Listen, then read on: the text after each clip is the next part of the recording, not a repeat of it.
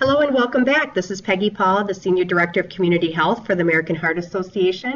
We had some technical difficulties with our prior webinar recording, so we have split this in two, but the quality is still going to be, or the quality of the content is still going to be as good as we had planned. So joining me now is Lauren Matringa, who is an HR analyst with Prime Therapeutics, and she's going to walk through how Prime Therapeutics implemented the Healthy Food and Beverage Toolkit in their workplace. And then we're going to ask her some questions and wrap it up. So Lauren, thanks for being here. Thank you for having me, Peggy. So I'm going to get started by talking a little bit about who Prime is, and then about our wellness program, and then how we got started with the toolkits. So Prime Therapeutics is a pharmacy benefit manager. We are located in the United States. The majority of our employees are spread between the Midwest and the Southern United States. If you look at the map here, you can see where we are.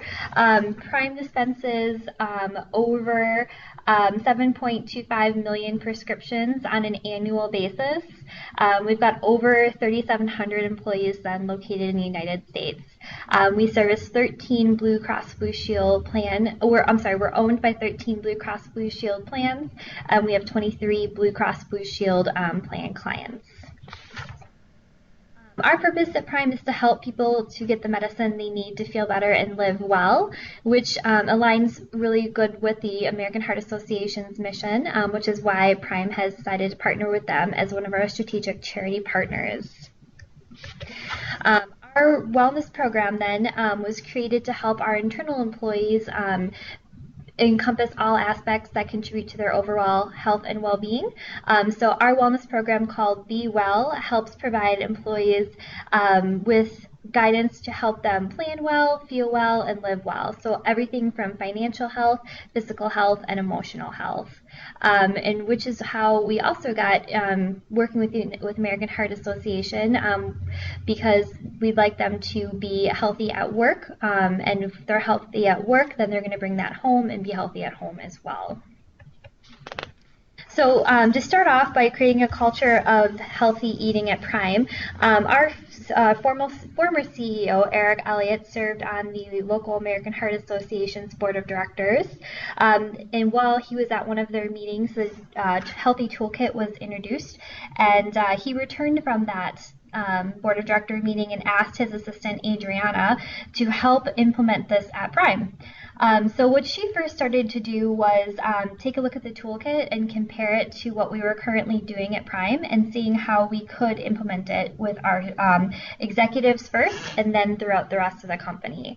It was really important to lead by example at Prime, so we first started with our executive staff, getting their approvals and working through what they were doing to then move down throughout the company.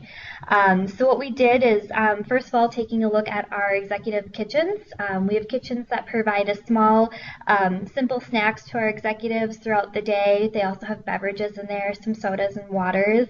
Our executives have very busy schedules and sometimes don't have the time to stop and get lunch or stop and grab food throughout the day, so this is available for them to just grab something on the go. But in that kitchen, it wasn't always all healthy food. So that's where we took a look at the toolkit and decided that this was the first area where we were going to start making some changes. So first of all, when we looked at the toolkit and what was in our kitchens, we inventoried to determine what the differences were between what we were currently offering and what the American Heart Association had in their toolkits. We created a side-by-side comparison of what was provided in the kitchen, and the comparison showed us where then we needed to improve on providing heart-healthy options. From there, we determined what our next steps would be. Our next steps then were we conducted a meeting with the CEO. We were really lucky because Eric Elliott is a huge supporter of creating a healthy environment at work. He was a huge supporter of the AHA as well as their toolkit. Therefore, it was a very easy discussion. We reviewed everything that was within the toolkit, the guidelines, and identified what changes we would have to make based on the toolkit. And then we started implementing that in our kitchens. So first, to implement the changes, we had to reduce our sugar-sweetened beverages by 70%. We had to limit the non-nutritious foods and eliminate the following items: onion ranch dressings, butter, string cheese, pretzels, chips, and popcorn. We decided then to continue providing healthy options such as fruit, veggie trays, and yogurts. We also then decided to eliminate sharing of any type of non-healthy foods or snacks. So a lot of times, it's corporate culture where you bake something, you bring it in and share it with your coworkers. So we asked, all of the people on the 7th floor, please don't bring in any items anymore. If you're going to bake cupcakes or muffins, leave them at home. Please don't share them at Prime anymore. And then all of our executive conference room refrigerators now will only be providing bottled water versus sodas. And we had to communicate our commitment to a healthy workplace to our executive staff and administrative support. And that's where we saw a little bit of hesitation to begin with. Some of the executives weren't happy about losing their sodas in the refrigerators, but ultimately agreed that this was the right direction to go. So then after we did all of that, our next steps would be ultimately to implement everything. We ultimately eliminated sugars after we implemented our change in the exec kitchens. We decided what our next steps would be moving forward, and we ultimately decided we're going to take out all sugar-sweetened beverages as an option. So now in all of our executive kitchens, you only can find water, and we only order a very limited amount of soda on a monthly basis, and once that soda is gone, it is gone, and we don't reorder. And if they'd like their own soda, they need to bring it themselves. We also created an action plan for on-site meals. So what we did here is we gave all of the administrative support staff the toolkit, and we asked them, if you're going to be ordering food, please follow the healthy guidelines that are in this toolkit, and please make sure that you have healthy options available. And there are probably some Prime administrative assistants listening in on this webinar today, and we thank you for joining us and helping us to create this culture of health in our organization. We also are going to start doing menu planning for offsite events using the toolkit.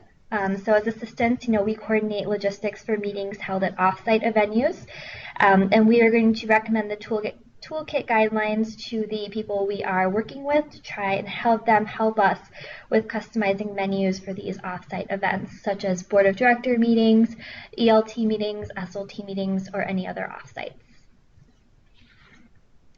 So this is a picture of one of our refrigerators in one of our executive conference rooms. You can see on the left side, that was the refrigerator before we started implementing these changes, and then the right side is after we implemented these changes. So you can see no sodas in there at all anymore, just waters. So besides implementing with our executive staff in their kitchens, we also took a look at our cafeterias and our vending machines. In our cafeterias, we have a variety of different options that are available. Not a lot of healthy options, though. So what we did was we sat down with the grill manager and we asked what could be done to help change this. So, and actually we got very lucky here as well. The grill manager was very on board with helping us do this. So we actually had a really easy conversation. After our conversation, he put up the nutrition information for any item that was being served. We also asked him if he could default on the grill items, such as the burgers and stuff like that, that veggies be the default versus French fries. This was a little bit more of a harder conversation with him, although he did agree to do it, and that is now currently being done. If an employee would like fries with their food, they have to specifically ask for it.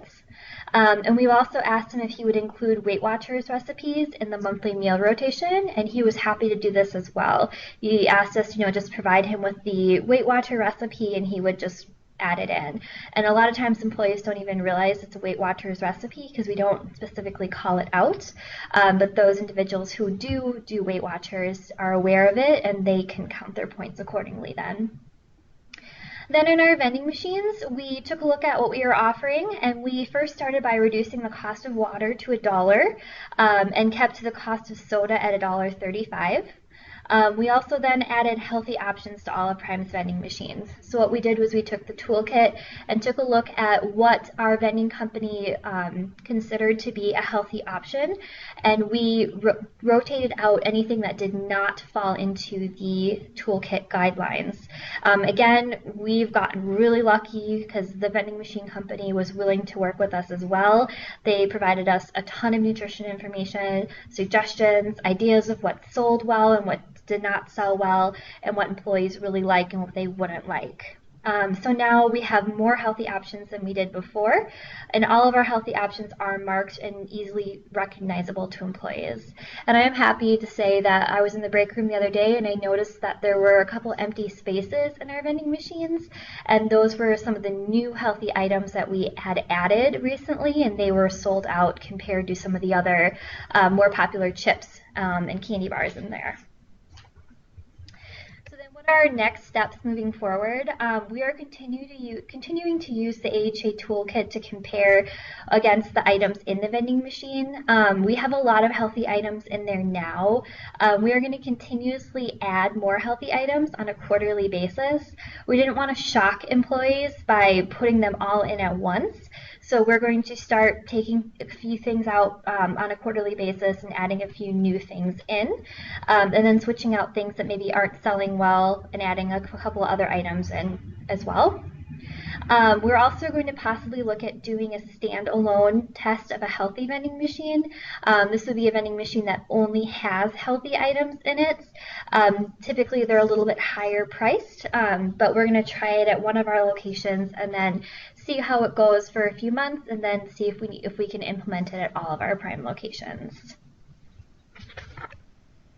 So that is how Prime has implemented the toolkit. I'd be happy to talk to anybody about questions or how we got started. Please feel free to call or email me or find me on LinkedIn. My contact information is listed on the screen, as well as Peggy can forward me any questions if you send them to her as well.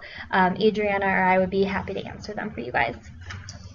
Thank you, Lauren. Yes, for sure. For sure, send your questions to Lauren and or myself. And what we'll probably end up doing is a follow-up webinar of the questions that have come in. And unfortunately, Adriana wasn't able to be with us today, but she has some really good insight just coming from the perspective of being the one that had to talk to a lot of the executives to say, yep, no more soda, you're going to have water type of thing. And that could be kind of a tough position. But Lauren, I just wanted to ask you a couple questions. And, something I think Prime Therapeutics is actually an excellent case study on how everything is going well. I mean, like you kept saying, we're very fortunate. I think one of the challenges that I hear from are that companies, they don't have that executive support or the time that it takes. Is there anything that you would advise them on in the sense of, approaching their executive leadership and how to obtain that buy-in? What would be an important point? I think you have to have a champion in your organization. So you have to have an executive who you can go to and get them really on board, because if you have a top level person in the company that's willing to help you, you're going to have an easier time convincing the rest of the company to follow suit. Even then, that top level person can help convince the CEO or other executives to follow suit. So I think it's looking at, maybe your HR person or somebody that is a runner or something like that in the company who you can approach and say, hey, I know you're a healthy person. We see you running, or you're really into fitness. What do you think about this? Do you think you can help champion this with us? Do you think we can get this started? And start those conversations that way. Because if you don't have somebody on that level that's really able to kind of help you push this, it's not going to succeed. And I think particularly to people who have stories or connections to heart disease and stroke, that too. That should be just a natural buy-in that they should care about this. So that's another angle as well to approach somebody is somebody who has personal history with that cardiovascular disease and or stroke in their family. Can you share a little bit about what your role is at Prime and how you're involved with this? Sure. So I kind of wear a couple different hats at Prime. I help with the wellness program. I started with Prime 4 years ago, managing the wellness program, our basic program, and I've kind of grown from there. On top of the wellness program, I also run our charitable giving program. So I work with the AHA not only on the wellness side, but I also work with them on our charitable giving side of it as well, which really ties into our employees because we have them out doing things like the Heart Walk, and we help campaign for all of this. So it kind of really ties everything in together with Prime. That makes sense. You walk the talk. Yes. I also wanted to ask you about your cafeteria, your grill manager. Is that grill manager employed by Prime Therapeutics, or is that an external vendor to Prime? It's a good question. He's an external vendor to Prime. He works for an external company, but he's located in Prime. And he was actually, like I said, very willing to work with us. We got very lucky because he did not say, okay, I need to go back to my corporate. I need to ask them if we can do this. He just said, sure. How do you want to do it? Let's figure out how we can make it work. Mm-hmm. One thing I would just want to comment on is we did a couple of years ago a symposium around gradually changing your vending machines to healthier options. This is before our toolkit came out. And one of the things that came from that symposium is there was a food vendor in the room, and she said, you drive that relationship, and there may be pushback on, no, we don't want to do that, or, that the vendor may seem uncooperative. But fundamentally, you're the customer, right? And if you do not want to work with them, or they do not follow the suggestions that you are requesting, it's your position to change that or to make sure that it gets done. And you're the customer. So yeah, the only pushback he had was with the default of giving vegetables versus French fries. That was a couple conversations. He wanted to really keep those French fries, but I think ultimately it was a good thing, and he got on board. So you just have to change the norm from burger and fries to burger and veggies. Yes, and I think employees were confused at first, but they're getting used to it too. They're like, something's off with him. Okay, and then one of the comments I wanted to make too is you have made a lot of changes quickly within Prime, and I think one of the things when I'm working with companies is I really encourage them taking a little bit more time. I think you have a great culture for it and support, obviously your wellness program and your philanthropy supports what you're doing. But for some companies, they may not be able to move as fast as you. Yes. So I think, if you kind of think about it as a 3-year plan. And we actually implemented the healthy cafeteria stuff a while ago. This was before the toolkit came out as well. We were going to try and get the CEOs Against Cancer gold standard, and we actually implemented the cafeterias at that time. Okay. We re-looked at it again when the toolkit came out. We're planning to try and move more with the toolkit stuff moving forward. But the healthy cafeterias were done previously. Mm-hmm. That's good. We all talk to each other, so that's good. Yes. One of the other things I would just want to ask you about is you mentioned that some of the foods that you're not offering anymore in the kitchens, like string cheese and things of that sort, but you also mentioned yogurts. Yep. And I was curious to know, because the one thing I'm sensitive to just is the nutrition information on those yogurts. Because a lot of times we can think yogurt is healthy. But it's not. It's not. So I just wondered, what kind of yogurt are you serving? I believe it's the Greek yogurts, which are a little bit better for you than the regular kind of traditional yogurts are. I know we also have some of the light yogurts available as well. That's something to really be cautious about, is reading the sugar content on those yogurts, because it's like having a sundae. Yeah, some of them are. Right. Well, I think that's it for this part of our presentation. And Lauren, I thank you for being here, and Tracy as well, who spoke in part 1. And of course to Adriana and her contributions. She supported us locally at our symposium, and hopefully we'll get her back and you can ask her some questions too. But so what's your plan? So I encourage you to think about, where do you need to start? Lauren mentioned, that senior buy-in, and perhaps it's not your CEO that is the person you start with. Perhaps it's somebody that reports into the CEO but cares about heart health and disease prevention. And I think you need to be realistic about your culture too, what you can do, what's feasible, and it will take some time. And I encourage you, if you haven't done so yet, to register for the toolkit. It's a live document, and we've had one update to it since it launched, and you'll find that at heart.org food where you are. And you are is actually the letter U and R. And as I mentioned, please do send me questions if you have questions, and or forward them to Lauren, and we'll respond to you. And more than likely, we'll be doing a follow-up pretty soon to this webinar, just to check in and see how companies are doing, share best practices and lessons learned. So thanks for joining us on the webinar, and Lauren, thanks again. Thank you. And to Tracy as well. And we're all about making the healthy choice the easy choice. Take good care. Bye-bye.